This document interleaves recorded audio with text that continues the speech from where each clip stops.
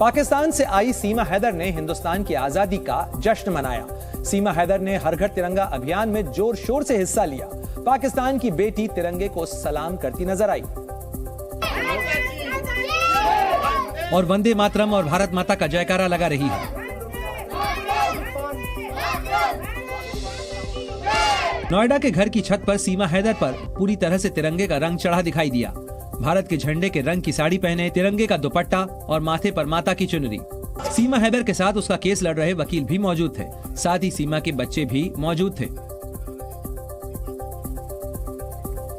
एक तरफ पाकिस्तान की नागरिक सीमा हैदर हिंदुस्तान की आजादी का जश्न मना रही है, तो दूसरी तरफ हिंदुस्तान से पाकिस्तान गई सीमा के बजाय नागरिक अंजू पाकिस्तान में आजादी का जश्न मना रही है। 14 अगस्त को पाकिस्तान का स्वतंत्रता दिवस है और इससे एक दिन पहले आज अंजू ने नसरुल्लाह के साथ पाकिस्तान की आजादी का जश्न मनाया। पाकिस्तान की आजादी का जश्न मनाया और केक पर पाकिस्तान का झंडा बना हुआ था। टेबल पर भी पाकिस्तान का झंडा बिछाया गया था।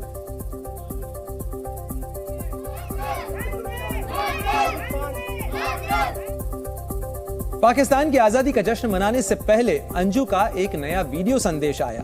अंजू ने हिंदुस्तान के लोगों से गुहार लगाते हुए कहा कि वो गद्दार नहीं है। ये बात उसने पाकिस्तान में मीडिया के सवालों का जवाब देते हुए कही। प्रेस कॉन्फ्रेंस में अंजू के साथ उसका कथित पति नसरुल्लाह भी मौजूद था। अंजू ने कहा कि हिंदुस्तान में उसके खिलाफ गलत अफवाहें फैलाई जा रही हैं। अंजू ने अपील की कि लोग उसे गलत न समझें और उसे विलेन जैसा न समझें।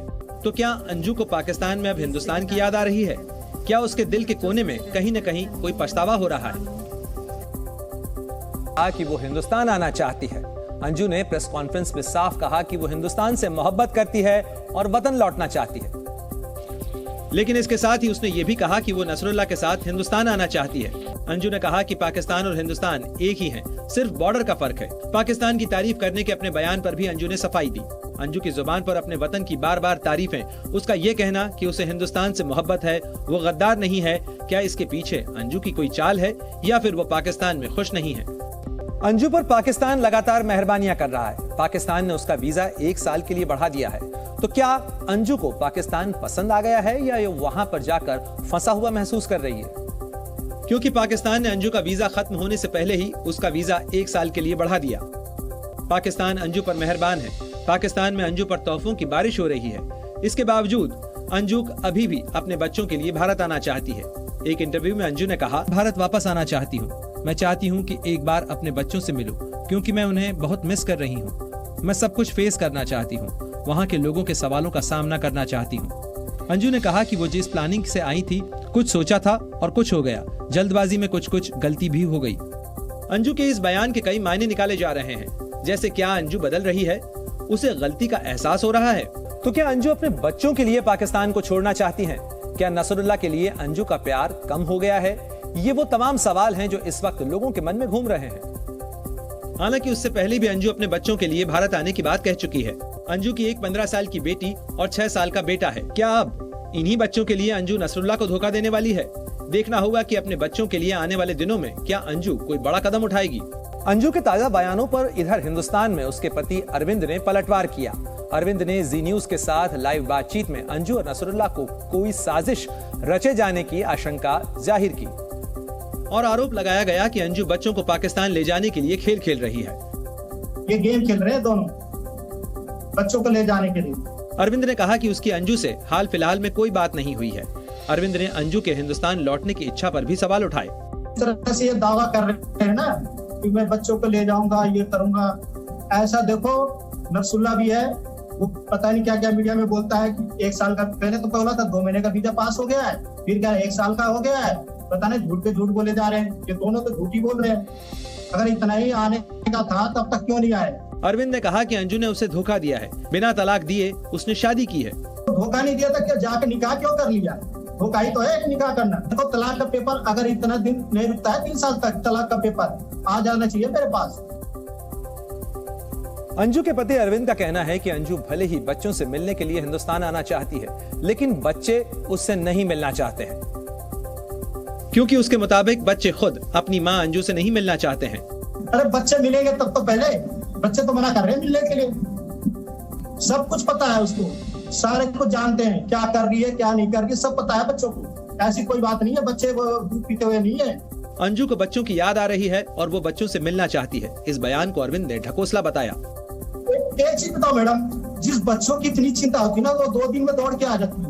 अब ये चीज दो मीडिया के सामने हंस के खुशी होके बात करी, उसके चेहरे पर तो मेरे को नहीं उदास लग रहा है, तो बच्चों की टेंशन है उसके अंदर। अरविंद का ये भी कहना है कि अगर अंजू हिंदुस्तान लौटकर उसके पास भी आना चाहे तब भी वो उसे नहीं अपनाएगा, क्योंकि अंजू ने 3 साल पुराने अपने पाकिस्तानी दोस्त की खातिर पूरे परिवार को तबाह कर दिया। अरविंद ने अंजू और नसरुल्लाह के खिलाफ राजस्थान की भिवाड़ी में FIR दर्ज करा रखी है। अंजू पर बिना तलाक दिए दूसरी शादी करने का आरोप है।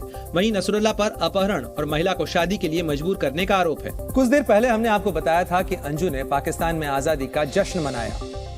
उसके जश्न मनाने का वीडियो सामने आया है। 14 अगस्त को पाकिस्तान का स्वतंत्रता दिवस होता है और इससे एक दिन पहले आज अंजू ने नसरुल्लाह के साथ पाकिस्तान की आजादी का जश्न मनाया। अंजू और नसरुल्लाह ने केक काटकर पाकिस्तान की आजादी का जश्न मनाया और केक पर पाकिस्तानी झंडा बना हुआ था, तो वहीं टेबल पर भी पाकिस्तान का झंडा बिछाया गया था। मणिपुर में बड़ी हिंसा के बाद सरकार ने नॉर्थ ईस्ट में सक्रिय उग्रवादी गुटों की कमर तोड़ने की तैयारी कर ली है। सुरक्षा एजेंसियां उग्रवादी गुटों की कमाई के प्रमुख स्रोत पर चोट करने की रणनीति पर काम कर रही हैं। इसके लिए उग्रवादी गुटों के एक्सटॉर्शन रैकेट पर सर्जिकल स्ट्राइक करने की तैयारी की गई है। दरअसल पूर्वोत्तर में सक्रिय उग्रवादी गुट उगाही गैंग चला रहे हैं। सुरक्षा एजेंसियां इस रैकेट के खिलाफ विशेष अभियान बनाने में की रणनीति में काम कर रही हैं, क्योंकि उग्रवादी गुटों की कमाई का मुख्य जरिया दरअसल उगाही ही है। जी मीडिया के पास सुरक्षा एजेंसियों से मिली जानकारी के मुताबिक नॉर्थ ईस्ट में म्यांमार और बांग्लादेश में रह रहे उग्रवादी गुट भी एक्सटॉर्शन रैकेट चला रहे हैं, इसकी तस्दीक है। इस बात के पुख्ता सबूत मिले हैं कि उगाही के इसी पैसे से चीन में बने हथियार खरीदे जा रहे हैं, जिनका इस्तेमाल हिंसा फैलाने के लिए किया जा रहा है। सुरक्षा एजेंसियों ने उग्रवादी गुटों की से जानकारियां जुटाई हैं और हर उग्रवादी गुट की सालाना वसूली की रिपोर्ट तैयार की जा रही है।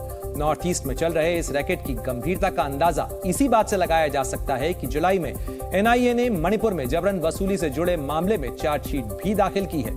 इस मामले में म्यांमार के एक नागरिक समेत 3 के खिलाफ चार्जशीट दाखिल हुई थी।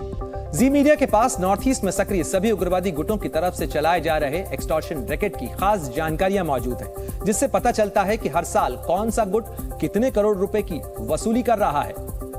जी न्यूज को मिली जानकारी के मुताबिक अरुणाचल और नागालैंड में मुख्य तौर पर सक्रिय NSCN-IM हर वाइन शॉप से एक साल में 50,000 रुपए तक की वसूली करता है। इसके अलावा मेंबर विजिलेंस काउंसिल से 20,000 रुपए, ट्रांसपोर्ट एजेंसी से 1 लाख रुपए और कॉन्ट्रैक्टर से 2 लाख रुपए, लोकल व्यापारियों से करीब 5,000 रुपए और बाहरी व्यापारियों से 30,000 रुपए तक की वसूली की जाती है। वहीं असम में सक्रिय उल्फा मुख्य तौर पर चाय बागानों से हर साल करोड़ों की वसूली करता है। हैरानी की बात यह है कि भारत म्यांमार सीमा पर म्यांमार के इलाके में रह रहे NSCN के गुट के काडर नॉर्थ ईस्ट के राज्यों में एक्टिव हैं, जो आम लोगों से पैसे वसूली करते हैं। सुरक्षा एजेंसियों के मुताबिक ठीक इसी तरह से बांग्लादेश के सीमावर्ती इलाकों में सक्रिय गुट NLFT-BM के भी भारतीय इलाकों में काडर हैं, जिनके जरिए ये व्यापारियों, आम लोगों और ठेकेदारों को डरा धमकाकर उनसे पैसे की वसूली करते हैं। पंजाब में BSF ने पाकिस्तान की ड्रोन वाली साजिश को नाकाम किया है। 15 अगस्त से पहले पाकिस्तान लगातार ड्रोन की मदद से घुसपैठ की कोशिश कर रहा है। BSF ने आज सुबह पंजाब के तरन तारन से पाकिस्तानी ड्रोन को बरामद किया। घटना के बाद इलाके में सर्च ऑपरेशन चलाया जा रहा है। उदयपुर में करणी सेना की बैठक के दौरान फायरिंग हुई। गोलीबारी की इस घटना में करणी सेना के प्रदेश अध्यक्ष घायल हो गए। फायरिंग के बाद वहां अफरा तफरी मच गई, लेकिन उसके बावजूद बैठक में मौजूद लोग हमलावर को दबोचने में कामयाब रहे। अलीगढ़ से एप्पल कंपनी के मोबाइल फोन में ब्लास्ट का मामला सामने आया है। मोबाइल ब्लास्ट में एक युवक घायल हो गया। पीड़ित युवक की शिकायत के बाद पुलिस ने मामला दर्ज कर लिया है। ठाणे के सरकारी अस्पताल में 10 घंटे में 17 मरीजों की मौत से सरकारी महकमे में हड़कंप मच गया है। ये सभी मौतें ठाणे के छत्रपति शिवाजी मेमोरियल अस्पताल में हुई, जिसके बाद सरकार ने जांच के आदेश दे दिए हैं। 15 अगस्त पर हर घर तिरंगा अभियान की शुरुआत के दिन ही गुजरात के पोरबंदर में एक मौलाना का ऑडियो क्लिप बड़ा विवाद खड़ा कर रहा है। इस ऑडियो में मौलाना ये कहते हुए नजर आया कि राष्ट्रगान गाएंगे तो कौम का अपमान होगा। साथ ही उसने कहा कि तिरंगा तो लहरा सकते हैं, लेकिन सलामी नहीं दे सकते। जहां तक झंडा लहराने की बात है तो लहरा सकते हैं। ये एक कौमी निशान है और एक देश की पहचान है, लिहाजा उसको लहराने में कोई हर्ज नहीं है। अलबत्ता सलूट वगैरह नहीं करना चाहिए। इमाम अहले सुन्नत आला हज़रत रज़ियल्लाहु ताला अन्हु ने फतावा रज़विया शरीफ में लिखा है कि ये जय हो कुफ़ार का तरीक़ा है। तो अब इसमें ये लफ्ज़ भी है, इसी तरीके से भारत भाग्य विधाता। ये ऑडियो क्लिप जनवरी की बताई जा रही है, हालांकि 15 अगस्त से ठीक पहले तेजी से वायरल हुई। जी न्यूज इस ऑडियो की पुष्टि नहीं करता है। बताया जा रहा है कि पोरबंदर के नगीना मस्जिद से जुड़ा मौलाना बाहर शरीयत नाम से एक व्हाट्सएप ग्रुप चलाता है। ग्रुप का एडमिन खुद मौलाना है। इसी ग्रुप में सवाल किया गया कि मुस्लिमों को राष्ट्रीय ध्वज फहराना चाहिए या नहीं। इसी सवाल के जवाब में मौलाना ने ये बातें कही। पोरबंदर में तिरंगे को सलामी न देने की नसीहत देने वाले मौलाना के खिलाफ संत समाज में भी तीखी प्रतिक्रिया आई। अयोध्या के संतों ने कहा कि सिर्फ गिरफ्तारी से समस्या का समाधान नहीं होगा, बल्कि ऐसी मानसिकता को बदलना होगा। संतों ने कहा कि देश से ऊपर धर्म नहीं होता, इसीलिए देश का सम्मान करना चाहिए। जब देश ही नहीं बचेगा तो धर्म कहां से बचेगा? इसके नाते पहले प्रथम देश, उसके बाद धर्म। अगर आप संविधान के साथ चलेंगे तो ठीक रहेगा, संविधान के साथ नहीं चलेंगे तो ये अच्छी बात। और राष्ट्रीय ध्वज जो है राष्ट्र के गौरव का, राष्ट्र के सम्मान का प्रतीक है। जो राष्ट्रीय ध्वज का अपमान करते हैं वो राष्ट्र विरोधी हैं। उनके ऊपर राष्ट्रद्रोह का मुकदमा पंजीकृत होना। आजादी की 77वीं सालगिरह के मौके पर देश भर में तैयारियां जोर शोर से चल रही हैं। दिल्ली में लाल किले पर स्वतंत्रता दिवस से पहले फुल रिहर्सल आयोजित की गई,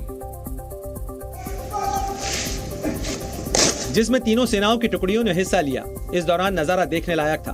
फुल ड्रेस रिहर्सल के दौरान सेना के जवान एक कतार में बैंड की धुन पर कदम ताल करते नजर आए।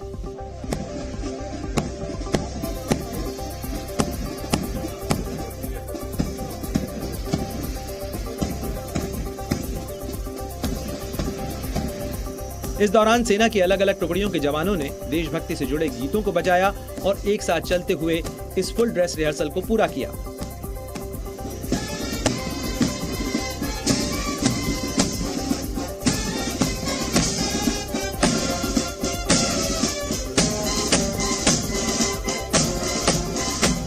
इसी बीच एयरफोर्स के ध्रुव हेलीकॉप्टर भी आसमान में उड़ान भरते वहां पहुंचे और तिरंगे पर फूल बरसाए।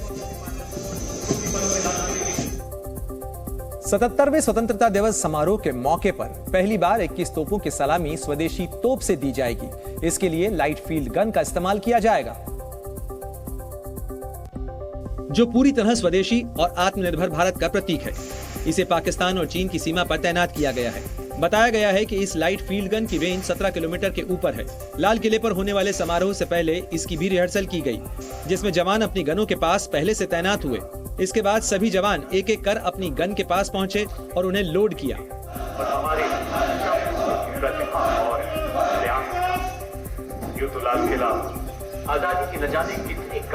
और फिर एक एक कर सभी तोपों से गोले दागे गए। इस दौरान पूरा इलाका गोलों की आवाज से गूंज उठा।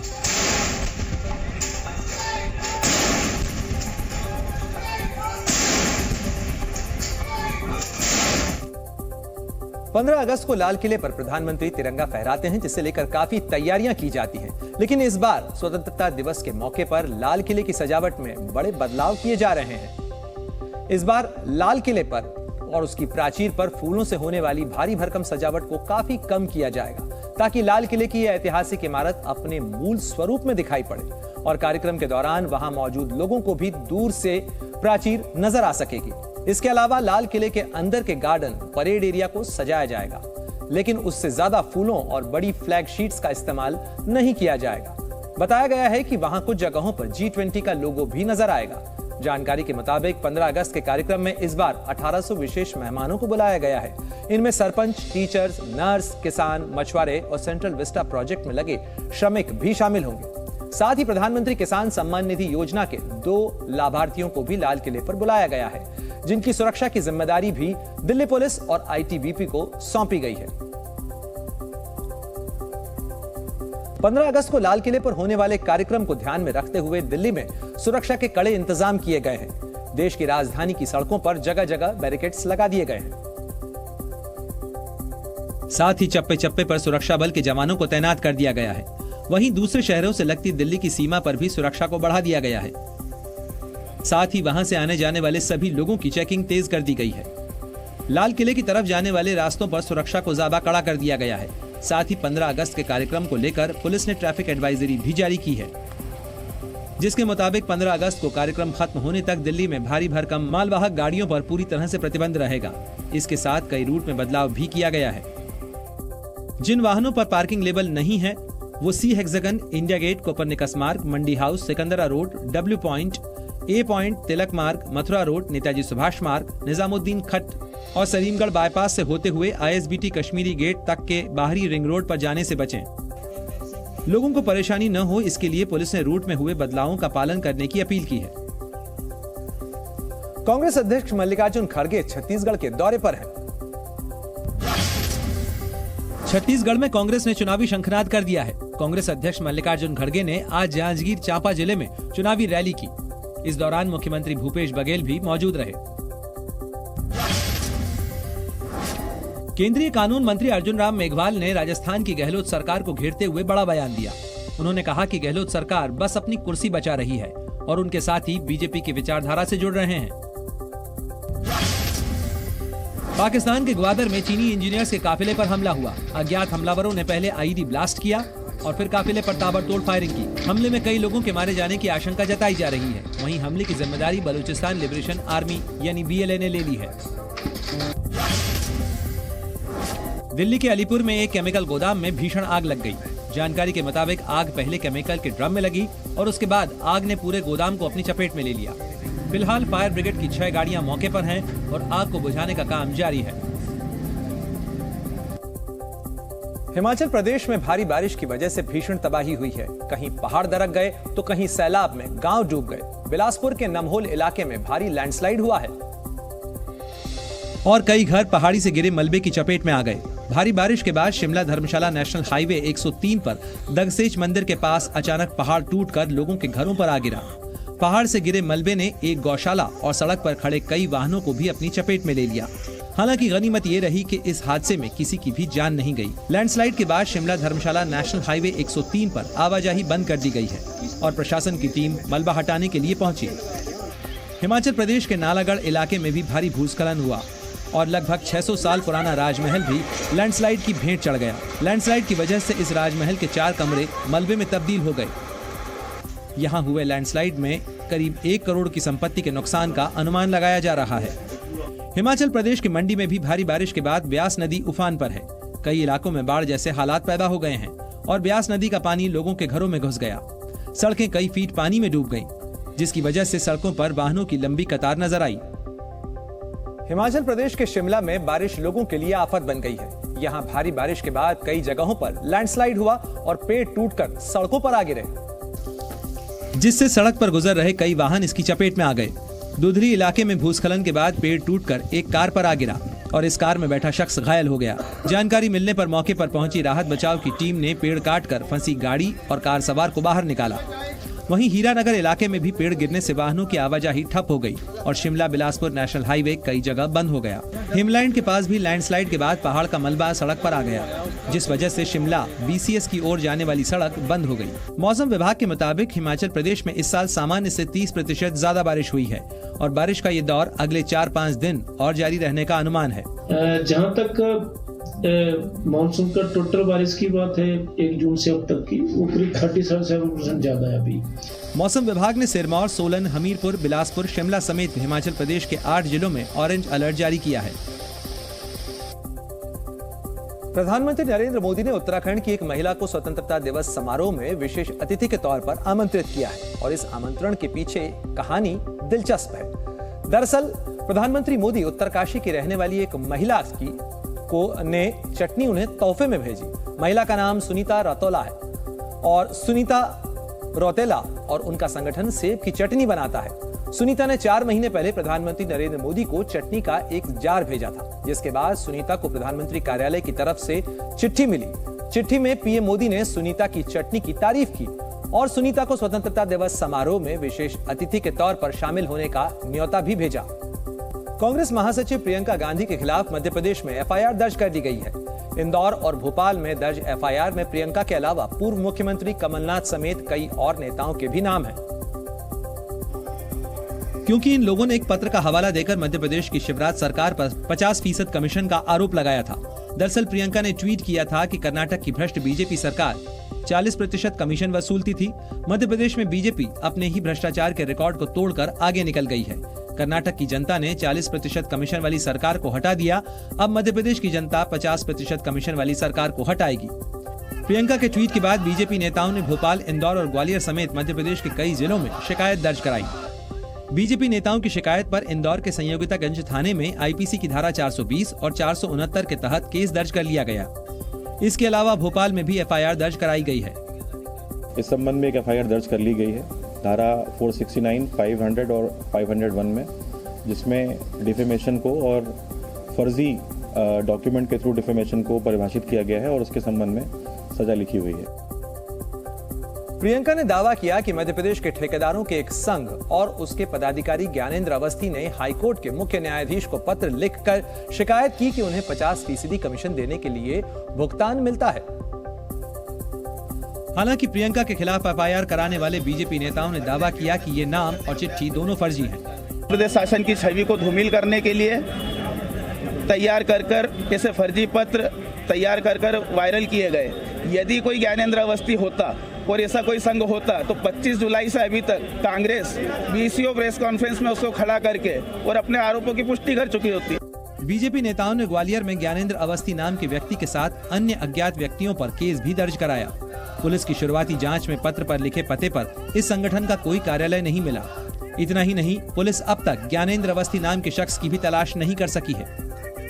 में जो उल्लेखित पता है उसको देखा गया है, उसके आसपास भी पता किया गया है, तो इस तरह का कोई भी कार्यालय होना नहीं पाया गया है।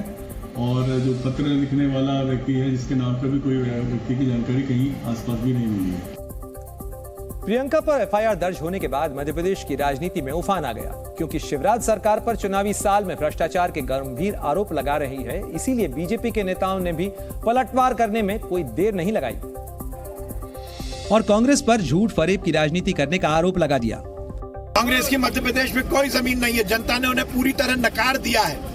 तो इस तरह झूठ और फरेब की राजनीति को वो आगे बढ़ा रहे। और सबसे दुर्भाग्यपूर्ण है कि प्रियंका गांधी जैसी बड़ी नेता इस तरह के झूठ की नसेनी पर चढ़कर सत्ता प्राप्त करना चाहती है। शर्म आनी चाहिए नेहरू परिवार को। वहीं मध्य प्रदेश के गृह मंत्री नरोत्तम मिश्रा ने आरोप लगाया कि कांग्रेस के नेताओं ने पहले राहुल गांधी से झूठ बुलवाया और अब प्रियंका गांधी से झूठा ट्वीट करवाया। कांग्रेस के लोगों, मैं आपको चुनौती देना चाहता हूँ। कौन अवस्थी जी है, कहाँ रहते हैं, क्या करते हैं, ये संस्था कौन सी है जिसके आपने ट्वीट किए, इनको स्पष्ट उजागर करो, वरना हमारे पास सारे विकल्प खुले हुए हैं कार्रवाई के लिए। और ये गंदी राजनीति बंद करो। हालांकि कांग्रेस पार्टी शिवराज सरकार पर लगाए अपने आरोपों पर कायम है। कांग्रेस ने प्रियंका समेत कई पार्टी नेताओं पर झूठी एफआईआर दर्ज कराने का आरोप भी लगाया है और दावा किया कि शिवराज सरकार के इशारे पर कार्रवाई की गई। कांग्रेस के प्रदेश अध्यक्ष और राज्य के पूर्व मुख्यमंत्री कमलनाथ ने ट्वीट किया, जिस सरकार को मध्य प्रदेश का बच्चा बच्चा कमीशन राज सरकार कहता है, वो सरकार भ्रष्टाचार की जांच नहीं करा सकती। हालांकि भ्रष्टाचार के मुद्दे को उठाने वालों पर अत्याचार कर सकती है। मैं कांग्रेस के एक एक कार्यकर्ता का आह्वान करता हूं कि वो भ्रष्टाचार के खिलाफ तनकर खड़ा हो जाए और इस 50% कमीशन के राज को उखाड़ फेंके। सत्यमेव जयते। वहीं मध्य प्रदेश के पूर्व मंत्री पीसी शर्मा ने आरोप लगाया कि कांग्रेस नेताओं को सच बोलने की सजा मिली है। इस सरकारों में बीजेपी की अगर आप सच बोलोगे तो आप पे एफआईआर होगी। ये लोग 24 घंटे झूठ बोलते हैं, पर इन पे कोई एफआईआर नहीं होती। लेकिन राहुल गांधी जी ने कहा है भारत जोड़ो यात्रा में कि हम डरेंगे नहीं, कोई डरो मत। और कांग्रेस का कोई भी नेता किसी एफआईआर और डरने वाला नहीं है। नेशनल मेडिकल कमीशन यानी एनएमसी ने झगड़ा और मारपीट करने वाले मरीजों और रिश्तेदारों को लेकर नए नियम बनाए हैं। अगर कोई मरीज या उसके परिजन डॉक्टर के साथ मारपीट गाली गलौज करते हैं तो डॉक्टर ऐसे हिंसक मरीजों का इलाज करने से इनकार कर सकेंगे। डॉक्टर ऐसे मरीजों को आगे के इलाज के लिए कहीं और भेज सकेंगे। एनएमसी ने मरीजों के अलावा दवा कंपनियों से गिफ्ट लेने वाले डॉक्टर्स के लिए भी कई नियम बनाए हैं। नए नियम के मुताबिक डॉक्टर्स या उनके परिवार के सदस्य दवा कंपनियों से किसी भी तरीके का गिफ्ट नहीं ले सकेंगे। डॉक्टर्स दवा कंपनियों से यात्रा सुविधा, परामर्श शुल्क या मनोरंजन सुविधा भी नहीं ले सकेंगे। नए नियम के मुताबिक डॉक्टर्स किसी भी दवा ब्रांड, दवा और उपकरण की सिफारिश करने या उनका प्रचार नहीं करेंगे। पड़ोसी मुल्क पाकिस्तान में स्वतंत्रता दिवस की तैयारियां तेज हो गई हैं। भारत के साथ साथ पाकिस्तान में भी स्वतंत्रता दिवस को लेकर खासा उत्साह देखने को मिल रहा है। आर्थिक तंगी के बीच कराची के बाजारों में खरीदारों की भीड़ ने व्यापारियों के चेहरे पर मुस्कान ला दी है। हवाई में जंगलों में लगी आग बुझने का नाम नहीं ले रही है। आग की वजह से हुई मौतों का आंकड़ा भी बढ़ गया है। आग की वजह से 90 से ज्यादा लोगों की मौत हो गई है। वहीं 300 घर जलकर राख हो गए हैं। पूर्वोत्तर चीन में बारिश और बाढ़ की चेतावनी के बाद लोग पानी को रोकने के लिए बैरिकेडिंग कर रहे हैं। अपने घरों को बचाने के लिए स्थानीय लोग सैंडबैग लगाकर बांध बना रहे हैं। बीते दिनों बारिश और भूस्खलन की वजह से यहाँ भारी तबाही मची थी। दुनिया भर में कोरोना के नए मामलों में 80% की बढ़ोतरी हुई है। विश्व स्वास्थ्य संगठन यानी WHO ने ये जानकारी देते हुए बताया कि कम टेस्टिंग, ओमिक्रॉन के नए वेरिएंट की वजह से एक बार फिर केसेस बढ़ रहे हैं। हरियाणा के पलवल में हुई हिंदू महापंचायत में कई बड़े फैसले लिए गए और तय किया गया कि नूंह में हिंसा के कारण 31 जुलाई को अधूरी रह गई ब्रजमंडल यात्रा को अब पूरा किया जाएगा। पंचायत ने हिंदू संगठनों के 28 अगस्त को अधूरी यात्रा पूरी करने की मांग को सर्वसम्मति से मंजूरी दे दी। पंचायत ने उनकी बात को तहे दिल से स्वीकार कर दिया कि भाई आप यात्रा जो आपका मुहूर्त है उससे यात्रा निकालो, और उन्होंने तय किया 28 तारीख को हम यात्रा निकालेंगे। सावन महीने में ही नूंह में यात्रा निकालने के अलावा पंचायत में फैसला लिया गया कि दंगाइयों की शिनाख्त कर जल्दी से जल्दी गिरफ्तारी हो और सख्त सजा हो। हिंसा की जांच NIA को दी जाए, क्योंकि इसके तार राजस्थान के रास्ते पाकिस्तान से जुड़ रहे हैं। हिंसा के शिकार बने लोगों के परिवार के एक व्यक्ति को सरकारी नौकरी दी जाए। हिंसा के शिकार लोगों के परिवार को 1 करोड़ और घायलों को 50 लाख का मुआवजा दिया जाए। पंचायत ने मांग की है कि आगजनी से हुए नुकसान का आकलन करके नुकसान करने वालों से ही उसकी भरपाई करवाई जाए। इसके अलावा रोहिंग्याओं और बांग्लादेशियों के खिलाफ एक्शन की भी मांग की गई है। महापंचायत ने सरकार से अपील की कि वो नियमों में ढील देते हुए हिंदुओं को आत्मरक्षा के लिए हथियार लाइसेंस मुहैया कराए। जो भी अपनी आत्मरक्षा के लिए सेल्फ डिफेंस में कोई हथियार अप्लाई करे और वो हथियार ले, तो इस पंचायत का सरकार से मांग है कि उनके लिए उस कानून में उदारता दिखा करके और रिलैक्सेशन करके उनको हथियार का लाइसेंस प्रदान कराने की ये पंचायत मांग करती है सरकार। पंचायत ने सबको सुरक्षा देने के लिए मेवात में किसी केंद्रीय सुरक्षा बल का हेडक्वार्टर स्थापित करने और निर्दोष लोगों पर दर्ज मुकदमे खत्म करने की भी मांग की। कनाडा में जिस मंदिर में प्रधानमंत्री मोदी ने पूजा की थी, उस मंदिर को खालिस्तानी समर्थकों ने निशाना बनाया। ये घटना ब्रिटिश कोलंबिया राज्य के सरे शहर में मौजूद मशहूर लक्ष्मी नारायण मंदिर में हुई, जहां भारत विरोधी बातों वाले पोस्टर लगाए गए। 12 अगस्त को रात 12:30 बजे 2 खालिस्तानी समर्थकों ने मंदिर के मुख्य दरवाजे पर पोस्टर चिपका दिया। पोस्टर पर खालिस्तानी नेता हरदीप सिंह निज्जर की तस्वीर लगी है। निज्जर अलगाववादी संगठन खालिस्तान टाइगर फोर्स का चीफ था। इसी साल 18 जून को कनाडा के सरे में ही एक गुरुद्वारे में 2 अनजान लोगों ने उसकी हत्या कर दी थी। खालिस्तानियों का दावा है कि उसके पीछे भारत सरकार का हाथ है। पोस्टर के जरिए कनाडा से निज्जर की हत्या में भारत की भूमिका की जांच कराने की मांग की गई है। निज्जर पर भारत सरकार ने 10 लाख का इनाम भी रखा था। ये वही मंदिर है जहां साल 2015 में पीएम मोदी ने कनाडा यात्रा के दौरान पूजा की थी। खालिस्तान समर्थकों ने मंदिर के दरवाजे के अलावा बाहर मंदिर के गेट पर भी पोस्टर लगाए। इन पोस्टर में कनाडा में भारतीय दूतावास के 3 अधिकारियों की तस्वीर लगी हुई है। पोस्टर में निज्जर की तस्वीर ऊपर लगी हुई है, बीच में भारतीय दूतावास के अधिकारियों की तस्वीर है और नीचे हिस्से में लिखा है वांटेड। इस पोस्टर के जरिए कनाडा में बैठे खालिस्तानी समर्थक भारतीय दूतावास के अधिकारियों को डराने की कोशिश कर रहे हैं। लक्ष्मी नारायण मंदिर प्रशासन ने इसकी शिकायत पुलिस से कर दी है। 20 अगस्त को मंदिर में स्वतंत्रता दिवस भी मनाया जा रहा है, लेकिन उससे पहले ही खालिस्तान समर्थकों ने माहौल खराब करने की साजिश शुरू कर दी है। ये पहला मौका नहीं है जब कनाडा में हिंदू मंदिरों को निशाना बनाया गया है। इससे पहले भी कई बार इस तरीके के मामले सामने आ चुके हैं। इस साल कनाडा में हिंदू मंदिरों पर हमले की ये चौथी घटना है। साल की शुरुआत में 31 जनवरी को ब्रैम्पटन में गौरी शंकर मंदिर में घुसकर भारत विरोधी नारे लिखे गए। इसके बाद 13 फरवरी को मिसिसॉगा में राम मंदिर को निशाना बनाया गया और वहां भी भारत विरोधी नारे लिखे गए। इसी साल 5 अप्रैल को ऑन्टारियो में हिंदू मंदिर में तोड़फोड़ की गई और भारत विरोधी नारे लिखे गए। स्वतंत्रता दिवस से पहले आज देश भर में तिरंगा यात्रा निकाली गई। ये यात्रा 15 अगस्त तक चलेगी और इससे पहले खुद प्रधानमंत्री नरेंद्र मोदी ने सभी देशवासियों से हर घर तिरंगा अभियान में भाग लेने की अपील की, जिसमें पीएम ने सभी भारतीयों से एकता दिखाने और राष्ट्रवाद की भावना को बढ़ावा देने के लिए अपने सोशल मीडिया डिस्प्ले फोटो को राष्ट्रीय ध्वज में बदलने का आग्रह किया। साथ ही इस मुहिम से जुड़े लोगों से जय हिंद लिखकर इसका समर्थन करने की भी अपील की। देश के लिए जीने से हमें कोई नहीं रोक सकता। आजादी के अमृत महोत्सव में नरेंद्र मोदी जी ने समग्र देश के अंदर देशभक्ति का एक ज्वार खड़ा करने का काम। पीएम मोदी की अपील पर देश भर में असर भी दिखा। केंद्रीय गृह मंत्री अमित शाह ने गुजरात के मुख्यमंत्री भूपेंद्र पटेल के साथ अहमदाबाद में हर घर तिरंगा अभियान को हरी झंडी दिखाई। वहीं सेना के जवानों ने कदम ताल करते हुए परेड भी निकाली। इस दौरान स्टेज के दूसरी तरफ से लोगों की भारी भीड़ नजर आई, जो हाथों में तिरंगा पकड़े भारत माता की जय के नारे लगाते रहे।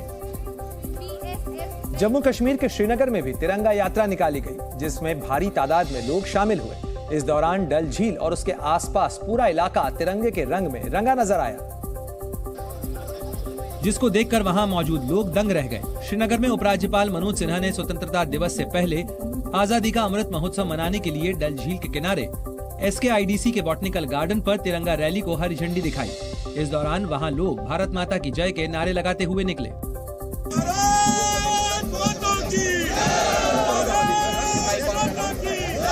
इस दौरान वहां हर तरफ तिरंगा ही तिरंगा दिखाई दिया। पूरे डल लेक के किनारे ये रैली जो है आपको दिख रही है, तिरंगा रैली, हर हाथ में तिरंगा लेकर जो है ये चल रहे हैं। उपराज्यपाल मनोज सिन्हा ने इस दौरान लोगों का आभार जताया। एक ही गूंज सुनाई पड़ रही है, एक ही संकल्प लिया जा रहा है कि इस तिरंगे की आन बान शान के लिए हम जिएंगे और इसकी रक्षा के लिए अपने प्राणों की आहुति भी देंगे। पूर्व राज्यसभा सांसद डॉक्टर सुभाष चंद्र आज हिसार में तिरंगा यात्रा की अगुवाई करते नजर आए। इस तिरंगा यात्रा में बड़ी तादाद में लोग शामिल हुए, जो भारत माता की जय के नारे लगाते सुनाई पड़े। इस दौरान कई जगहों पर डॉक्टर चंद्रा का गर्मजोशी के साथ स्वागत किया गया। इस बीच उन्होंने जी मीडिया से भी खास बातचीत की। डॉक्टर चंद्रा ने कहा कि युवाओं को देश हित में ऊर्जा लगानी चाहिए। उन्होंने हिसार के जोश को देखकर कहा कि हिसार उनका अपना शहर है और उन्हें यहाँ से भरपूर प्यार मिला है। युवाओं को मैंने जैसे पहले कहा, एक ही है कि अपना काम जहां भी रहो बड़ी ईमानदारी और ताकत से करो। कोई शक्ति नहीं है कि आपको आगे बढ़ने से रोक सके। डॉक्टर सुभाष चंद्रा ने कहा कि जिले के तमाम गांवों का सर्वांगीण विकास हो, ऐसा उनका प्रयत्न है। डॉक्टर चंद्रा ने 30 गांवों को देश में नंबर 1 बनाने की बात भी कही। भारत ने सरहद पर इजराइल का खतरनाक ड्रोन तैनात कर दिया है। ये ड्रोन लॉन्ग रेंज मिसाइलों को दुश्मन पर हमला करने की काबिलियत रखता है और उसका नाम है heron mark 2 drone. Advanced heron को भारत ने नॉर्दर्न सेक्टर के फॉरवर्ड एयरबेस पर तैनात किया है। Heron mark 2 drones Israel aerospace industries ने बनाए हैं। इनसे एक ही उड़ान में कई मिशनों को अंजाम दिया जा सकता है और एक साथ कई सेक्टरों पर निगाह रखी जा सकती है। Entire country can be surveilled from the same place. Also, longer endurance will ensure that multiple missions can be flown and multiple sectors can be addressed from in one mission itself. Heron drone में कई खासियत हैं जो इसे बाकी drone से अलग बनाती है। Heron mark 2 drone fighter jets की भी मदद करते हैं। ये अपने टारगेट पर लेजर लाइट डालते हैं, जिससे फाइटर एयरक्राफ्ट टारगेट को पहचानकर उस पर सटीक निशाना लगा सकते हैं। अरबपति एलन मस्क के बड़े ऐलान के बाद उनकी माइक्रो ब्लॉगिंग ऐप एक्स पर पैसे कमाना आसान हो गया है, जो पहले ट्विटर के नाम से भी जानी जाती थी। दरअसल एक्स ऐप पर पैसा कमाने के लिए नियमों में ढील दे दी गई है। एलन मस्क ने एक्स पर खुद विज्ञापनों से जुड़े नए रेवेन्यू प्रोग्राम के बारे में जानकारी दी। एक्स के ऑफिशियल हैंडल से किए गए ट्वीट में उन्होंने बताया कि क्रिएटर्स के लिए इंप्रेशन की लिमिट को घटाकर 5 मिलियन यानी 50 लाख कर दिया गया है। यानी अगर 90 दिन में किसी पोस्ट को 50 लाख बार देखा जाता है तो यूजर को उसके लिए एक्स ऐप से पैसा मिलेगा। एलन मस्क ने इससे पहले इंप्रेशन की लिमिट 15 मिलियन यानी करीब 1.5 करोड़ रखी थी, जिसे अब बदल दिया गया है। हालांकि इस सुविधा का फायदा सिर्फ एक्स प्रीमियम यानी ट्विटर ब्लू टिक वाले अकाउंट होल्डर्स ही उठा सकेंगे। साथ ही फेक न्यूज के स्कैम को ध्यान में रखते हुए एक शर्त यह भी होगी कि इसमें सिर्फ वेरीफाइड हैंडल के व्यूज को ही गिना जाएगा, क्योंकि स्कैमर्स बॉट्स का इस्तेमाल करके फर्जी व्यूज बटोर सकते हैं। दक्षिण अमेरिकी देश पेरू में कुछ लोगों ने एलियंस देखने का दावा किया। लोगों के मुताबिक उन्होंने न सिर्फ एलियंस को देखा बल्कि एक एलियन ने उन पर हमला भी किया। तस्वीरें पेरू के लोरेटो इलाके की हैं, जहां ग्रामीणों ने दूसरे ग्रह के लोग यानी एलियंस देखने का दावा किया है। लोगों का कहना है कि एलियंस ने यहां पर एक महिला पर हमला किया और उसका चेहरा नोच लिया। पेरू का ये इलाका अमेज़न जंगल के बीच में है और शहर से काफी दूर है। ऐसे में जब यहाँ एलियंस की खबर मिली तो पूरे इलाके में हड़कंप मच गया। जिन लोगों ने एलियन को देखा उन्होंने बड़ी डरावनी तस्वीर बयान की। गांव वालों ने बताया कि एलियन की लंबाई 7 फुट थी और आंखें पीले रंग की थी। कुछ गांव वालों ने उस रहस्यमय प्राणी पर फायरिंग भी की, लेकिन उसे एक गोली नहीं लगी और वो गायब हो गया। Señores, son vestidos blindados, son tipo el hombre verde que persigue el hombre araña, igualitos, son señores, yo les valió 2 veces y no caen, en vez de que caen se elevan y se desaparecen, señores. Gobernadores, autoridades de nuestra región, por favor necesitamos apoyo. महिला पर हुए हमले और रहस्यमय जीवों को लेकर लोगों में इस कदर खौफ बैठ गया है कि वो इलाके में सेना की तैनाती की मांग कर रहे हैं। रात को हुए एलियन एनकाउंटर के बाद सुबह पूरे इलाके में एक सर्च ऑपरेशन चलाया गया और पुलिस ने कुछ ही घंटों में एलियंस की मौजूदगी और उससे जुड़े रहस्य से पर्दा उठा दिया। पुलिस ने तफ्तीश की तो उन्हें जंगलों के बीच एक वेयरहाउस मिला और इस वेयरहाउस के तार ड्रग्स तस्करों और अवैध खनन से जुड़े मिले।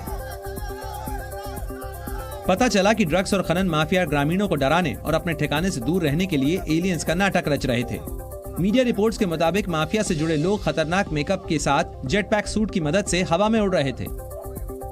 रात के अंधेरे और जंगलों में घने पेड़ों की वजह से साफ दिखना मुश्किल था और इसी वजह से जो छवि दिखी उसे लोगों ने एलियन समझ लिया।